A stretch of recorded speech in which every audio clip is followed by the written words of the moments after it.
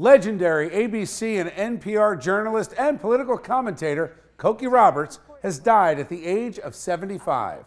Joining me now, former New Jersey Governor Christine Todd Whitman. Governor Whitman, welcome to Chasing News. How are you? Thank you. Good to be with you. I'm fine. I know you knew Cokie Roberts well. My condolences on her passing. Tell me about her and how well you knew her and what this loss means to the world of media. It's a big loss because she was the type of media person who knew what she wanted to talk about. She did her homework. She was smart. She was quick, but she was polite. I mean, she didn't give up. She went after you and drew out the stories, but she did it in a way that made it easy.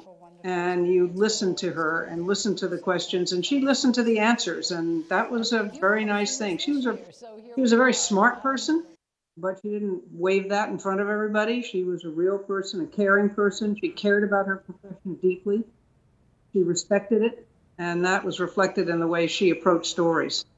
Governor, do you think that there's a lesson here for some of the folks in the media that seem to be on a very agenda-driven mission, different than just reporting the news and engaging?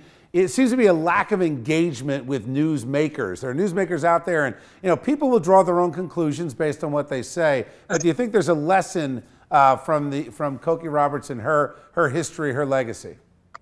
Well, that's why I think she'll be so sorely missed, because there certainly is. Again, as you point out, she didn't have an agenda save getting at the truth, getting at the story. And she was willing to let those people that she interviewed tell their story in their way. I mean, she didn't let anybody get away with anything, but you didn't come away with that feeling as she was out to get you from the very beginning, and that she had her own agenda. And that meant that the people who were watching her had a little more confidence in what they were hearing from both sides. And they were better able to make a judgment on what was right and what wasn't, what they were comfortable with.